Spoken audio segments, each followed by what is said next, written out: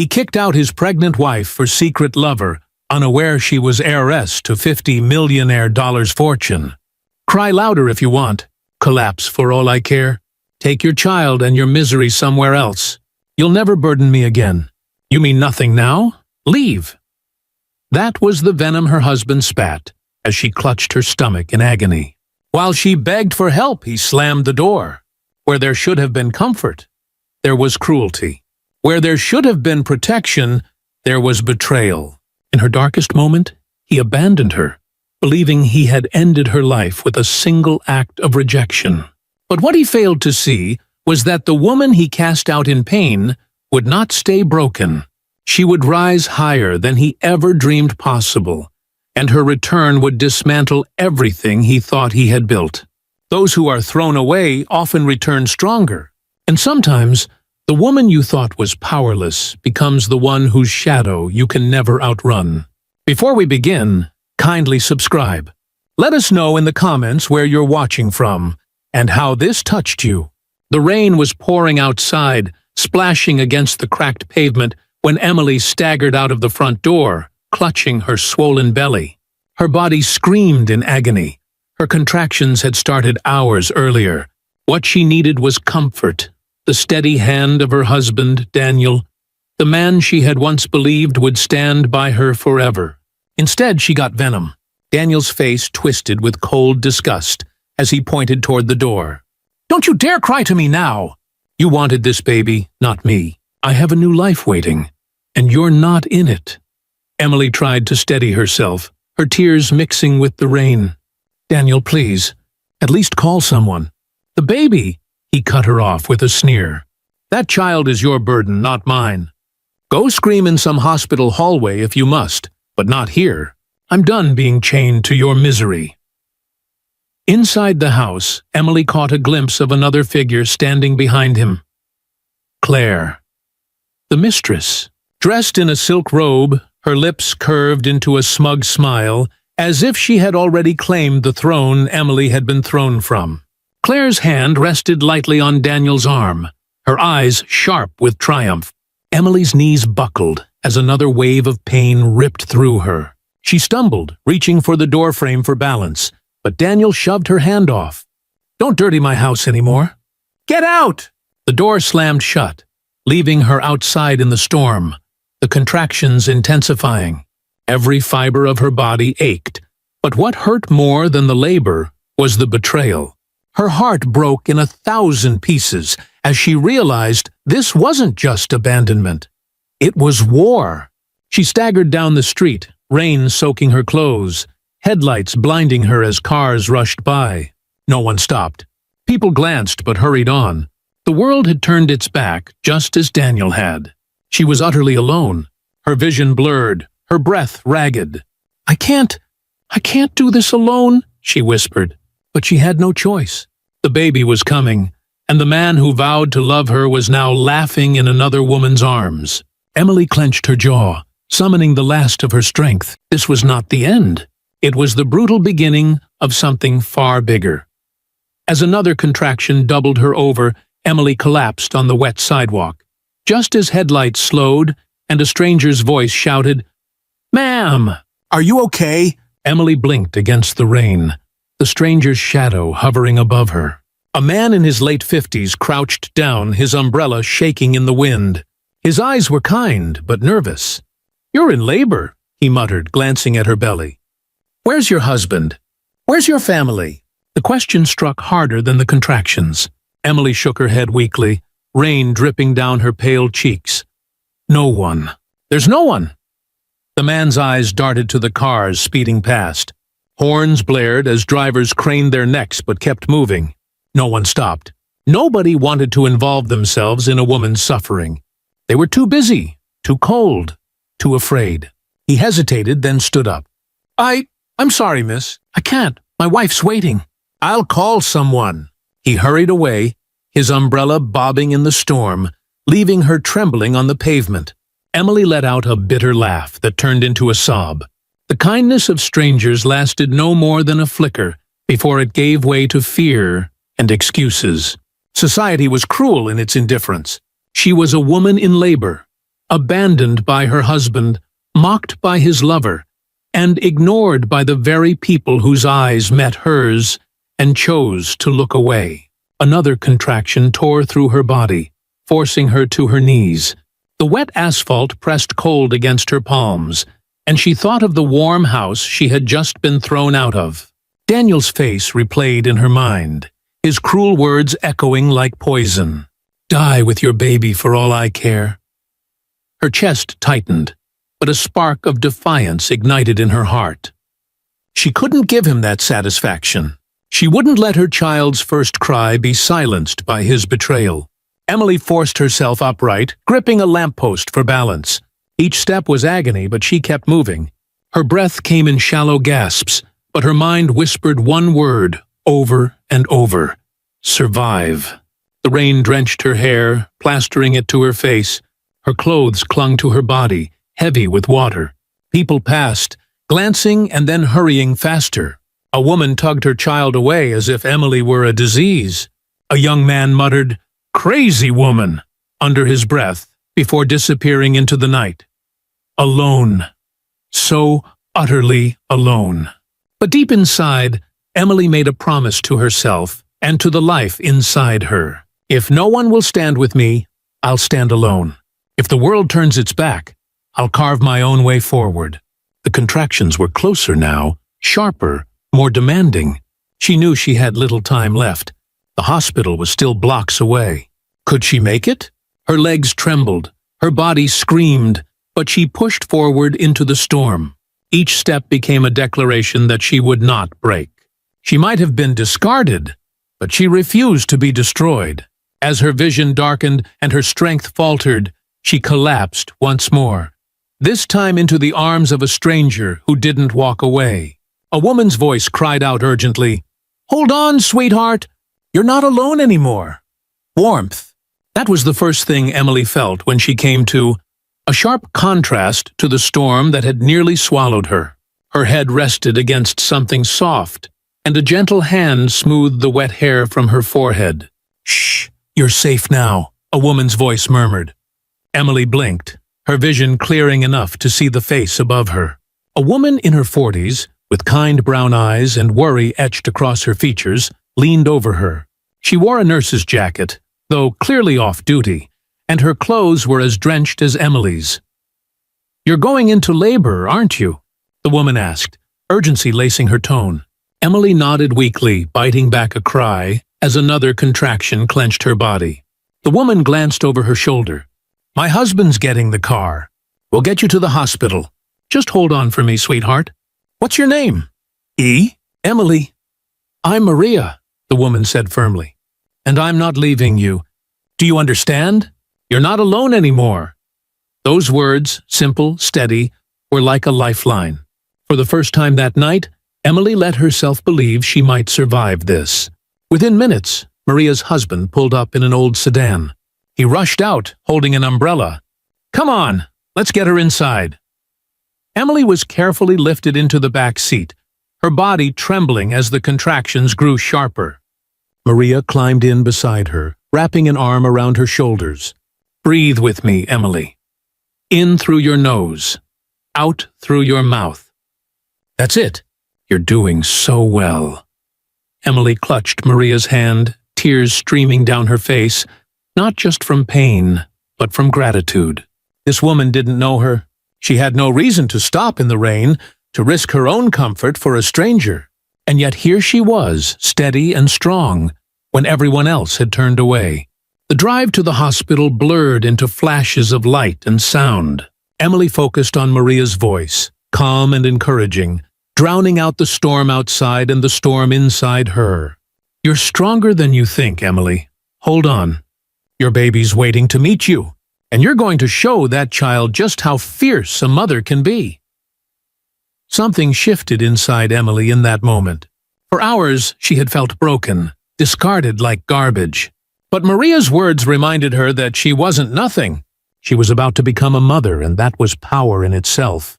The hospital lights came into view, glowing like a promise. Maria squeezed her hand. "See that? You made it. You're not done fighting yet, sweetheart. This is just the beginning." Emily exhaled shakily, her fear turning into fragile determination. If she could survive this night, she could survive anything. She would rise again, not just for herself, but for the tiny life inside her. As they wheeled her into the emergency room, Emily screamed in agony. Just as Daniel and Claire strolled past the hospital doors, laughing together, unaware of the storm about to turn on them. The delivery room smelled of antiseptic and fear.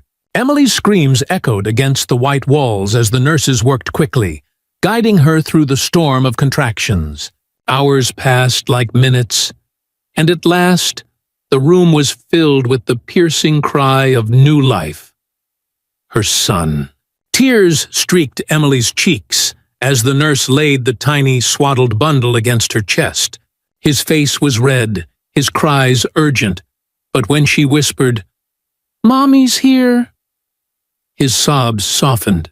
It was in that moment, weak, exhausted, but alive, that Emily realized she had been given a reason to fight.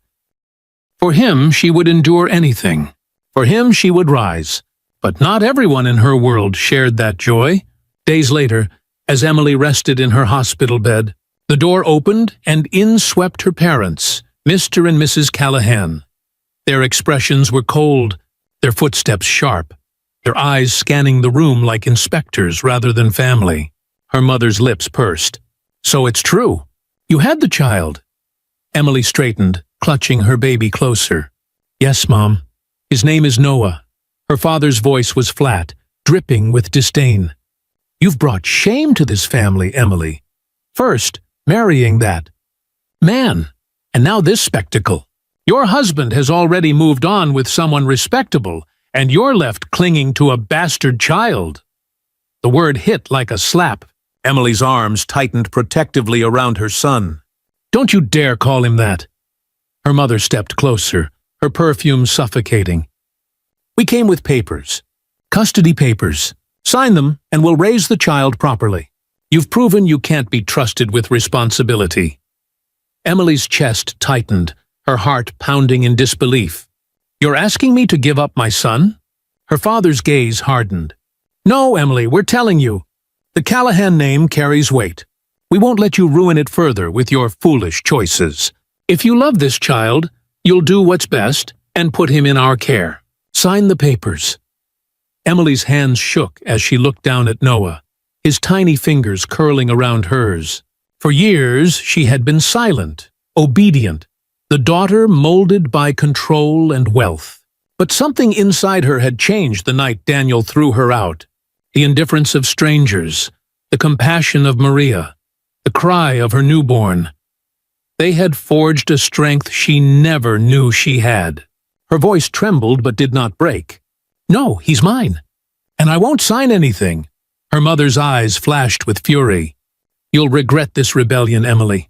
You're nothing without us. Nothing without our name, our money, our protection. Remember that!" The words echoed like a curse as her parents turned and stormed out, leaving silence in their wake. Emily held Noah tighter, her tears falling onto his soft skin. For the first time, she felt the weight of her parents' betrayal. Not just their lack of love, but their willingness to strip her of everything, even her child. But what they didn't know was that someone else, someone long gone, had left behind a secret trust that would soon shatter every illusion of control the Callahans held over her. The nights were the hardest. Alone in a small rented room above a laundromat, Emily sat rocking Noah as the moonlight spilled across cracked walls. The cries came often, sometimes sharp with hunger, sometimes soft with restless dreams, but Emily welcomed them. Every cry was proof her son was alive, and every time she soothed him, she felt herself being reborn. Gone were the silks of her family home, the polished marble floors, and the cold stares of her parents. Gone was the suburban house where Daniel and Claire now flaunted their new life. All Emily had was a child's crib bought second-hand, a single dresser, and a heart stitched together with determination. And it was enough. Each morning, she rose before the sun, bundling Noah against her chest. She cleaned rooms at a roadside motel, took shifts at a diner, and accepted odd sewing jobs from neighbors. The work left her hands cracked and her back aching, but the sight of Noah's gummy smile at the end of the day made every sacrifice worth it. The people around her noticed. Mrs. Thompson, the old woman across the hall, would slip Emily bags of groceries with a wink. "You're stronger than you know, girl. Don't ever forget that." The diner manager, gruff and impatient with everyone else, made sure Emily got the shifts that paid the most tips. "Hardest worker I've seen in years," he muttered once, pretending not to care. Those acts of kindness, small but steady, began to rebuild her faith in humanity. For every cold shoulder she had known, there were hands willing to lift her just enough to keep going. Motherhood sharpened Emily's will like a blade. She learned how to stretch a dollar until it screamed, how to soothe fevers with home remedies, how to smile at Noah when the world felt unbearably heavy. Each trial was no longer a burden. It was a lesson, a step toward becoming someone stronger than the broken girl who had once begged at Daniel's feet. Late one night, after Noah finally drifted to sleep, Emily sat by the window, staring out at the city lights. She thought of Daniel's laughter as he had closed the door on her. She thought of her parents' voices dripping with disdain. And for the first time, she didn't cry. Instead, she whispered to herself, "They don't own me anymore. Not Daniel, not mother, not father. This is my life now, and I'll build it with my own hands." Her reflection in the glass no longer looked like the fragile daughter or the humiliated wife. She looked like a survivor. Emily pressed a kiss to Noah's forehead and whispered, "We're going to be okay, my love. Better than okay. Someday, they'll see just how strong we've become." The very next day, a letter arrived. An official document stamped with the name of a law firm she didn't recognize. Inside lay the first whisper of the inheritance her deceased relative had left behind. The fortune that would one day change everything. The envelope sat heavy in Emily's hands. The letterhead bore the name Whitman and Cross Attorneys at Law, its seal pressed in deep navy wax. Her heart pounded as she tore it open, half afraid it was another cruel trick from her parents, another attempt to strip away what little she had left. But the words inside made her breath catch. "As per the last will and testament of your late great-uncle, Jonathan Callahan, you are named the sole beneficiary of his estate, valued at approximately $50 million. Please contact our office at your earliest convenience to discuss the terms of the trust." Emily's hands trembled. Her great-uncle Jonathan, an eccentric recluse the family had barely spoken of, had been cold to most, but apparently not to her. He had seen something. He had left her not scraps, not pity, but power. Her first thought was Noah, his future, his safety. Her second was freedom. For years, Emily's parents had dangled money like chains, binding her in obedience. Daniel had once mocked her as nothing without him. But now, fate had shifted the balance. She didn't just have survival, she had a weapon. Still, she knew she couldn't rush. She had to be wise. A meeting was arranged at the lawyer's office downtown. The man who greeted her was tall, gray-haired, and calm-eyed. "Ms. Callahan," he said gently, shaking her hand. "My name is Mr. Whitman. I was your uncle's lawyer, and now I am your trustee. I promised him I would protect this inheritance until you were ready." Emily swallowed hard. "And you believe I'm ready?" Whitman studied her for a long moment. "You've already proven it by surviving what should have broken you. Jonathan trusted your strength, and so will I." Something in his voice, steady, respectful, pierced through the years of belittlement she had endured. For once, someone wasn't trying to control her. He was offering guidance, not chains. Days later, word spread like wildfire. Her parents came knocking first. They arrived at her small apartment, disgust written on their faces. "So it's true," her mother hissed. "Jonathan left you the estate. Preposterous. That money belongs to the family. Sign it over at once." Her father's tone was colder, but his eyes gleamed with greed. "You're too inexperienced to handle such responsibility, Emily." We'll manage it properly. Hand it over before you embarrass us further." Once, their commands would have crushed her. But now, holding Noah in her arms, Emily felt no fear, only resolve. "No," she said simply. Her father's jaw tightened. "Do you realize what you're saying?" "I do," Emily replied, her voice steady as steel. "I'm saying you don't control me anymore. Not my life, not my child, and certainly not my future. Leave!" Her parents sputtered with outrage, but Emily shut the door in their faces before their venom could spill further. For the first time in her life, she had chosen herself. But even as Emily drew strength from her rejection of their control, Daniel was busy flaunting his new life with Claire, mocking Emily publicly, never suspecting that the woman he discarded would one day own the very empire he worshipped. Word spread quickly in their small town. Daniel and Claire whispered the story first, twisting it like a knife. At the grocery store, in the church pews, at the diner counter, everywhere Emily went, eyes followed her. Some were pitying, most were cruel. "That's the girl whose husband left her. Did you hear? He kicked her out while she was in labor. She must have done something terrible to deserve it. Now she's trying to raise a child on her own. Pathetic." Each murmur dug at her pride, but Emily learned to walk past them with her chin high. She couldn't waste energy on gossip when Noah's hungry cries and midnight fevers demanded her attention. Society had always loved to tear down women in pain. It was nothing new. Even when news of her inheritance leaked, the judgment didn't stop. If anything, it grew sharper. She doesn't deserve that money. She'll waste it, just like she wasted her marriage. Rich or poor, she's still the girl who got thrown out. Emily said nothing. She let them talk. For every whisper behind her back, she poured herself deeper into building a foundation for her and Noah. With Whitman's guidance, she began to take small steps into the business world. She learned about the trust, investments, and real estate tied to her uncle's fortune. She didn't announce her wealth. She didn't flaunt it. She worked silently, absorbing every detail, every lesson. At home, her strength showed in quieter ways. Noah grew, his tiny steps becoming bold, his laughter filling their modest rooms. Each time he ran to her with open arms, Emily felt her resilience sharpen. He was her reason to endure the judgment, her proof that love could exist even after betrayal. Meanwhile, Daniel and Claire flaunted their perfect marriage in public.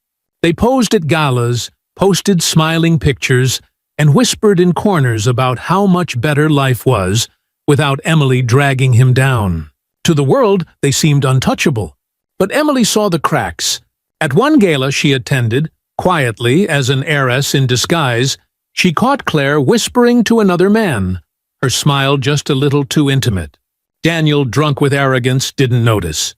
He only saw himself reflected in the admiration of others. Emily said nothing. She didn't need to. Patience was her weapon now. Society could mock her. Daniel could flaunt his hollow happiness. Claire could preen in her borrowed glory.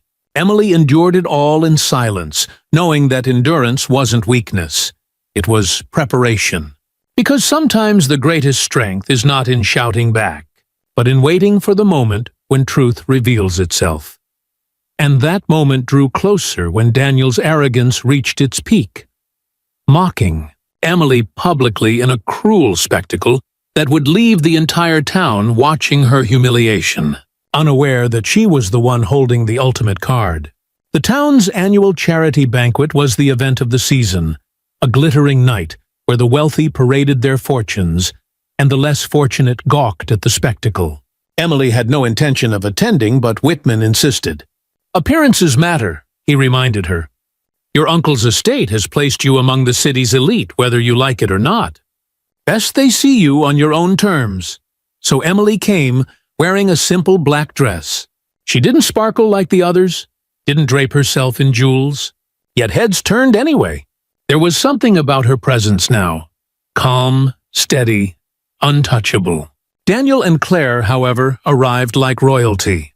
Claire shimmered in a gold gown, her fingers flashing with rings Daniel could barely afford. Daniel himself strutted in a tuxedo, his arm locked around her waist as if to show the world he had traded up. The whispers started immediately. "There's Daniel, finally rid of the dead weight. Claire looks stunning, doesn't she? And Emily?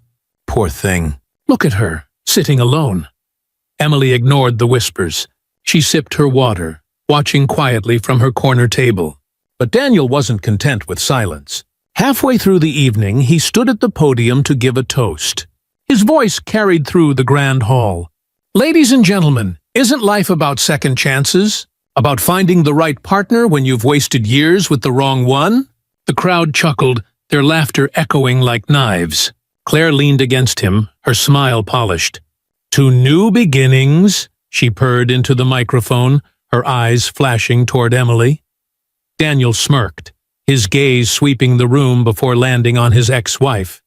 "To leaving behind mistakes and building something better." The audience roared with approval. Glasses clinked, laughter filled the air, and all eyes turned to Emily, waiting for her reaction. Her cheeks burned, but she didn't flinch. Instead, she raised her glass slightly and took a sip, her expression unreadable. She would not give him the satisfaction of seeing her break. But deep inside, her resolve hardened. Daniel thought this was victory, public humiliation, the final nail in her coffin. What he didn't realize was that every cruel word only fueled the fire within her. Because Emily wasn't the same woman he had cast into the rain. She wasn't begging anymore. She wasn't powerless. She had patience, strategy, and a future bigger than his pride could ever imagine. As the banquet carried on, Emily slipped away early, unnoticed by most. The laughter followed her out the door, but she didn't crumble this time. She whispered to herself, steady and sure, "Enjoy your moment, Daniel.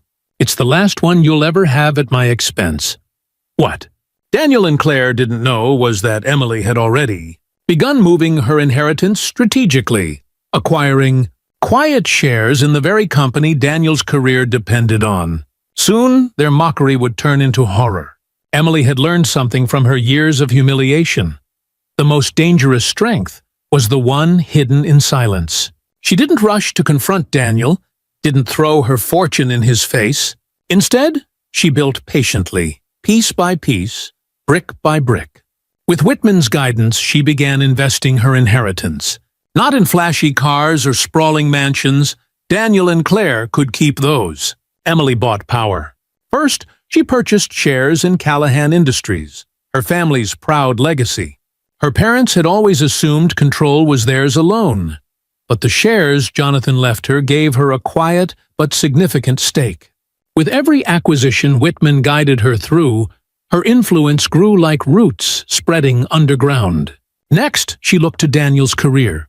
He had joined a rising tech company, one he flaunted as proof of his success. He often bragged at parties, "We're going public in 3 years. I'll be a millionaire before you know it." Emily didn't just listen, she acted. Through silent shell accounts managed by Whitman, she began acquiring stock. She learned the board members' names, their priorities, their weaknesses. She attended meetings as a quiet observer. The heiress widow few took seriously. And she smiled, listening, waiting. At home, her life was humble but full. Noah, now a toddler, toddled into her arms after each long day, his laughter chasing away the shadows of the past. Emily drew strength from motherhood, but also from strategy. Her son gave her purpose. Her fortune gave her leverage, but patience gave her power. Daniel, meanwhile, strutted through life with arrogance unshaken.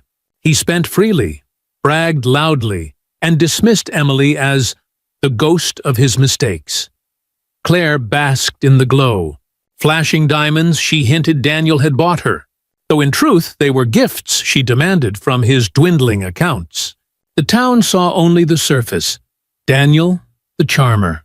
Claire, the beauty. Emily, the quiet shadow. But under the surface, the scales had already begun to shift. One evening, Emily sat with Whitman in his office, papers spread across the mahogany desk. "You're not just surviving anymore," he told her. "You're positioning yourself. Daniel doesn't see it, your parents don't see it, But you're building something much larger than any of them can imagine. Do you understand what this means? Emily nodded slowly, her voice calm. It means I don't have to fight them in the mud. I can wait. Because when they fall, they'll fall on their own, and I'll be there to make sure they never rise again.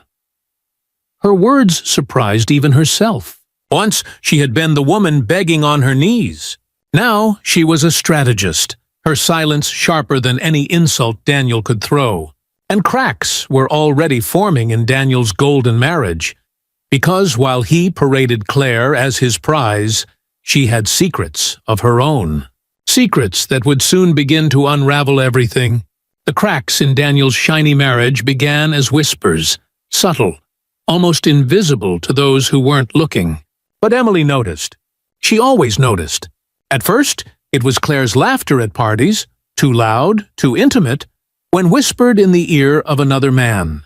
Then it was the way she lingered on her phone late at night, the screen lighting up with messages she quickly tucked away. Daniel, drunk with pride and arrogance, brushed it off. He was too busy admiring himself in the mirror of society's applause.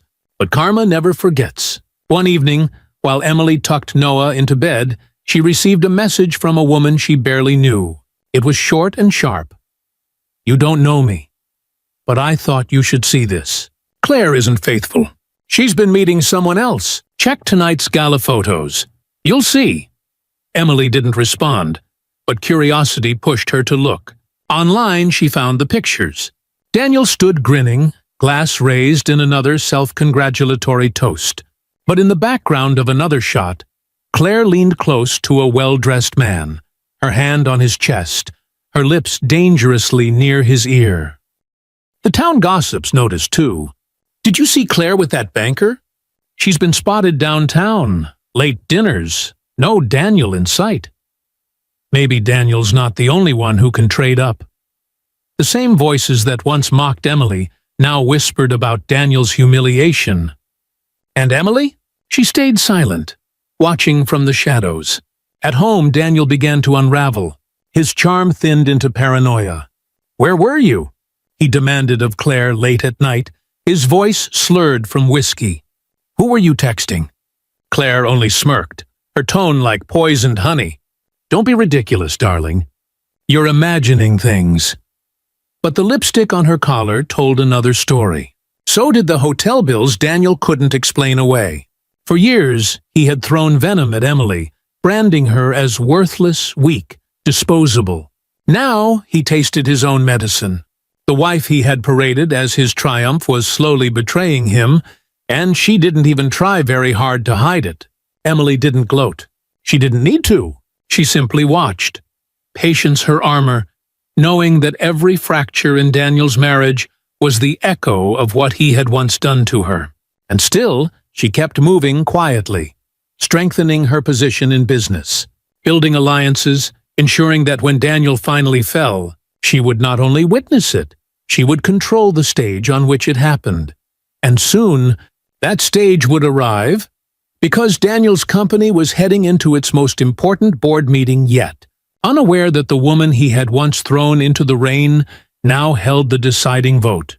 The Callahan estate loomed like a monument to cold power, columns stretching toward the sky, manicured lawns hiding years of whispered cruelty. Emily hadn't stepped foot inside since her parents had stormed out of her hospital room, demanding custody of Noah. Now, she returned not as a broken daughter, but as a woman carrying her own name, her own power. Whitman walked beside her, his presence steady. Remember, he said softly, you owe them nothing. Not explanation, not obedience, not forgiveness. Today, you draw the line. Inside, the air smelled the same as it always had, expensive polish masking rot. Her mother sat rigidly in an armchair, pearls gleaming at her throat, while her father stood near the fireplace, posture stiff, eyes sharp. So, her father began, voice dripping with false civility, the prodigal daughter returns. Come to your senses, have you? Emily took a seat across from them, her hands folded calmly. No, I came to tell you this ends today. Your control over me, Your threats, your attempts to take my son, all of it. Her mother scoffed, her lips curling. We raised you. We gave you everything. And this is how you repay us? By throwing away tradition, family, duty. You didn't raise me, Emily said, her voice low but firm. You trained me, molded me to be silent, obedient, useful. But you never loved me, and you will never touch my son. Her father's face darkened. You think your money makes you powerful? Don't forget who made you, Emily. Something inside her snapped, not in anger, but in clarity. She met his glare without flinching. You didn't make me. You tried to break me. But everything I am now, strong, free, unafraid, I built that in spite of you, not because of you. The silence that followed was heavier than any scream. Her parents weren't used to defiance, least of all from the daughter they had spent years silencing. Her mother's voice cracked like glass. You'll regret this. When society turns its back, when that fortune crumbles, you'll crawl back to us. Emily stood, her expression calm, almost pitying. No, Mother. The only thing I regret is ever believing your love was real. She turned toward the door, Whitman following. Behind her, her parents shouted, their voices echoing through the hollow mansion. But Emily didn't stop. Each step away felt like a weight lifting, chains falling one by one. Outside, she breathed deeply, the air sharp and free. For the first time, she was no longer their daughter, no longer bound by their name. She was Emily, Noah's mother, Jonathan's heir, her own woman. Whitman gave her a small nod. That was liberation, not from them, but from the lie they built around you. Emily smiled faintly, her eyes glinting with new fire. And I'll never let anyone chain me again. But even as Emily broke free from her family, Daniel's empire was beginning to collapse, his arrogance crumbling under betrayal, debt, and the same whispers of judgment he once threw at her. Daniel had always believed himself untouchable. He walked into every room like the world owed him applause, like betrayal was a sport, and women were pawns. But power built on cruelty has cracks, and Daniel's cracks had grown into canyons. It began with Claire. Her late-night absences became impossible to ignore. Rumors swirled around town, whispers of her dinners with a wealthy banker, her trips to the city without Daniel. He demanded answers, but Claire only laughed. You didn't mind cheating when it was with me, did you? The words cut deeper than Daniel expected. For once, he was the one left questioning, doubting, burning with jealousy. His paranoia drove him to drink, his charm slipping into bitter rants at parties. Where he once held the spotlight, people now exchanged knowing looks behind his back. Then came the company blow. At a quarterly board meeting, Daniel proudly presented a risky expansion plan, only to watch it crumble in front of him. The majority, led silently by Emily's shares, voted against him. His allies shifted in their seats, avoiding his glare. Investors began to doubt him. For the first time, Daniel's golden tongue failed to save him. The humiliation spread fast. Hayes isn't as sharp as he thinks. Losing control of his own company, can you believe it? His wife's stepping out on him too. Karma, I suppose. Daniel stormed through the halls of his office, slamming doors, firing staff in bursts of rage. But anger couldn't stop the bleeding. His fortune thinned, his influence waned, and the man who once sneered at Emily's weakness found himself begging for support. One night, stumbling home drunk, Daniel confronted Claire. "Are you seeing him?" he demanded, fists clenched. Claire tilted her head, her smile sharp as glass. "And what if I am? What can you do about it? You're broke, Daniel. Pathetic. You couldn't even keep your company together. Why should I tie myself to a sinking ship?" The words shattered him. His trophy wife, his symbol of triumph, had reduced him to nothing with a single sentence. Meanwhile, Emily's silence grew louder. She didn't need to expose him. He was unraveling on his own. Every cruel word he had ever thrown at her now echoed back in his own life. Alone, mocked, betrayed. Daniel sat in his darkened house one evening, a glass of whiskey untouched beside him. His reflection in the window looked hollow, desperate. He whispered the words he had once spat at Emily. "You're nothing." Only now he said them to himself, and the final blow was yet to come. Because soon the truth of his betrayal, Claire's infidelity, and Emily's hidden strength would explode in the public eye, leaving Daniel stripped of everything. The night of the annual Shareholders' Gala was meant to showcase Daniel's triumphs. He strode onto the stage in his polished tuxedo, forcing his usual confident grin. But the cracks in his life had grown too deep to hide. Whispers rippled through the crowd before he even spoke. "Did you hear about Claire? Apparently, she's been seen all over town with that banker. And Daniel's losing control of the company. Emily Callahan owns half of it now." The name made Daniel flinch. He tried to silence the noise with a booming speech, promising new growth and unshakable leadership. But midway through, the room stirred again, not because of him, but because the doors opened and Emily entered. Heads turned, murmurs swelled. She walked with calm grace, a navy gown flowing behind her, Whitman at her side. Unlike Daniel, she didn't need a spotlight. Her presence commanded the room. Daniel's voice faltered. "What is she—" The chairman stepped up, microphone in hand. "Tonight we welcome our majority shareholder, Ms. Emily Callahan." Applause thundered. Daniel's face burned crimson. Emily took the stage, her gaze steady, her voice clear. "This company deserves leadership built on integrity, not arrogance. For too long, decisions were made recklessly, for ego rather than vision. That ends tonight." Gasps spread through the audience. Cameras flashed. Daniel lunged toward her, his voice cracking. "You're lying! You're trying to ruin me!" But Emily didn't waver. She raised a folder, its pages spilling evidence gathered quietly with Whitman's help.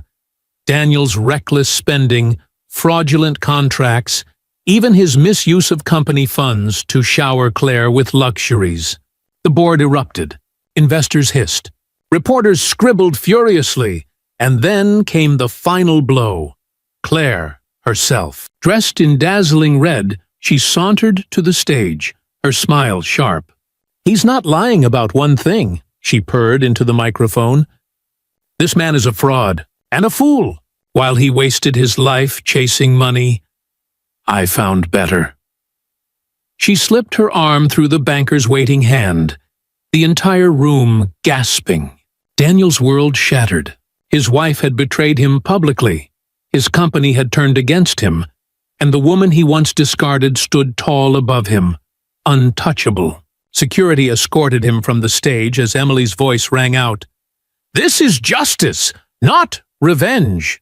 The truth always comes to light, and when it does, lies crumble under their own weight. The audience erupted in applause. Emily stood tall, her dignity restored, her power undeniable. Daniel, once the arrogant oppressor, left the gala broken, his marriage exposed, his career in ruins, his name a stain whispered in shame. And as Emily stepped down from the stage, holding her head high, she knew the final chapter awaited. Not in Daniel's destruction, but in her own freedom, dignity, and the life she would build beyond the shadows of betrayal. Morning sunlight spilled into Emily's home. A home she had chosen, not one imposed by her parents or shaped by Daniel's ego. The walls were painted in warm tones, laughter echoed through the rooms, and the air smelled of fresh coffee and Noah's crayons scattered across the floor. It wasn't a mansion like the Callahan estate. It wasn't filled with marble or chandeliers, but it was hers. Every corner, every color, every piece of furniture told the story of her survival, her choices, her freedom. Noah ran into the kitchen, his little feet pattering on the floor. "Mommy, look!" He held up a crayon drawing, a stick-figure family with a bright sun overhead. In the middle, a woman held hands with a little boy. Above her head, in shaky letters, he had written, "Mommy Strong." Tears pricked Emily's eyes, but they weren't tears of pain. They were tears of victory. She knelt down, hugging Noah tightly. "Yes, sweetheart. Mommy is strong, and so are you." For years, Emily had lived under chains. Chains of her parents' control, of Daniel's cruelty, of society's judgment. But each betrayal, each humiliation, had forged her into something stronger. She had risen from the rain-soaked streets with nothing but her will, and now she stood as a leader, a mother, a woman who owned her dignity again. Daniel, meanwhile, had vanished into obscurity. Bankrupt, abandoned, mocked, he was a cautionary tale whispered at dinner tables. Claire, disgraced and exposed, found doors closing faster than she could knock. And Emily? She didn't waste a thought on them. Their downfall was their own doing. Her life was no longer defined by their shadows. Whitman visited often, bringing updates on her growing empire. But he never spoke as if she owed him. He spoke with respect, as a trusted advisor, as her late uncle had intended. Jonathan's fortune hadn't been a gift. It had been a test, a trust placed in her hands to see if she would rise. And she had. One evening, Emily stood on the balcony, watching the sunset paint the sky. She thought of the girl she once was, the one sobbing in the rain, begging for mercy, discarded like nothing. That girl was gone. In her place stood a woman who had reclaimed everything that mattered. Her voice, her freedom, her dignity. She whispered into the wind, as if speaking to her uncle, to every stranger who had helped her, and to the shadows of the past. "Thank you for breaking me, because in breaking me, you taught me how to rebuild." And then, with Noah's laughter filling the air, Emily closed the door on the past forever. Sometimes, the ones who are humiliated rise with more power than their oppressors could ever imagine. Sometimes, the woman you cast into the rain becomes the storm that washes your name away. Emily was no longer the betrayed wife. She was the empowered leader. The cycle was broken,